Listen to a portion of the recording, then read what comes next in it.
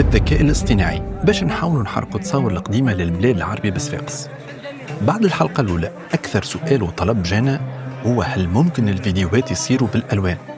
وعلى خاطر صفحة باب الجبلي بونتيان تاخذ بالخاطر نقولوا لكم تدلل يا مدير.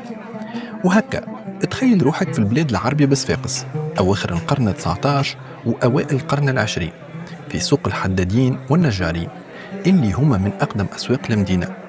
تلقاه أول ما تدخل من باب الجبلي والدور على اليسار، وهو متكون من مجموعة من الحوانط بجنب بعضها كلها تخدم الحدادة بمختلف أنواعها، وهذا اللي يفسر اللون الأكحل والسواد اللي مغطي المكان.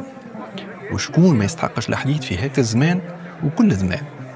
لاحظوا زادة تواجد الغرف، هيك البيت اللي فوق الحوانط، وهي خاصية في البلاد العربي بصفاقس لأنها ورشات للخدمة وامتداد للورشات اللي في الطابق الأرضي أو المحل التجاري، وأحيانا زاد نلقاو معهم دهليز تبعهم. والطوابق هذوما مجعولين للخدمة مش للسكن، ويرجع هذا لضيق مدينة صفاقس اللي تمسح 24 هكتار بالمقارنة مع عدد السكان ونشاطاتهم الصناعية والاقتصادية.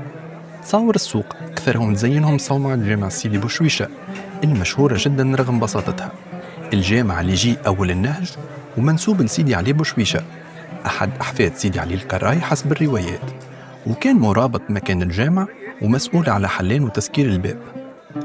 تخيل روحك وسط الحركية الكبيرة للسوق وخاصة في باب الجبلي مع التجار المسافرين اللي يجيوا لصفاقس يبيعوا ويشريوا السلع، وزاد يباتوا في الفنادق المنتشرة واللي يبقى منها لليوم الفندق الموجود وسط سوق الحدادين.